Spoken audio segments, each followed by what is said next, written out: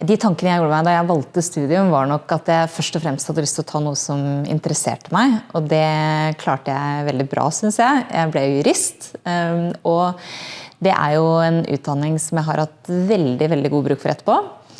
Hvis jeg skal gi noen råd og tips, så er det selvfølgelig å være flittige studenter, det å lese og engasjere seg sammen med andre studenter, men også å ha et engasjement på siden av studiene, for det kommer alltid godt med etterpå. Det å vise at du er samfunnsbevisst og samfunnsengasjert er bra.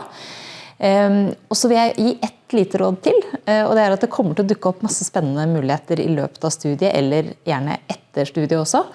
Og det er veldig lett å tenke at nei, det tilbudet der, eller den muligheten der, det er litt for voldsomt for meg, litt for mye. Da skal jeg gi dere et råd som jeg fikk en gang, og som jeg har prøvd å følge siden.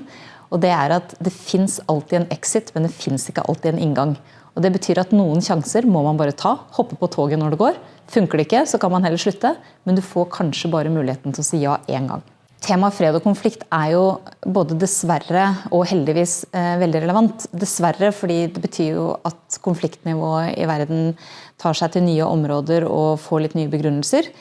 Men heldigvis fordi fredsstudier og forståelsen av konfliktløsning, det er jo noe som kan bidra til å få slutt på konfliktene. Så derfor så trengs denne kompetansen bare mer og mer på veldig mange ulike felt. Jeg vil jo si jeg har hatt veldig god nytte av å være jurist ved å sitte på Stortinget. Det å være lovgiver og jurist er jo ingen dårlig kombinasjon, men jeg vil nok kanskje si at det som har vært nyttigst med jussen er jo metoden og metodekunnskapen. Og det er jo sånn at hvis jeg skulle begynt å praktisere juss i dag, så måtte jeg jo brukt ganske lang tid på å lese meg opp på de forskjellige fagområdene. Men metoden er jo det du bruker mest av, og det har både vært kjempenyttig for meg fordi jeg skriver mye i jobben min, og for å forstå sammenhenger, kompleksiteter, forstå hvordan samfunnet fungerer, og forstå hvordan man skal legge opp argumentasjon, hvordan man skal tenke på ulike måter. Så jeg har hatt veldig, veldig stor nytte av utdanningen min, selv om jeg ikke jobber som jurist, så er jo vi jurister litt som poteten, vi kan brukes til mye rart.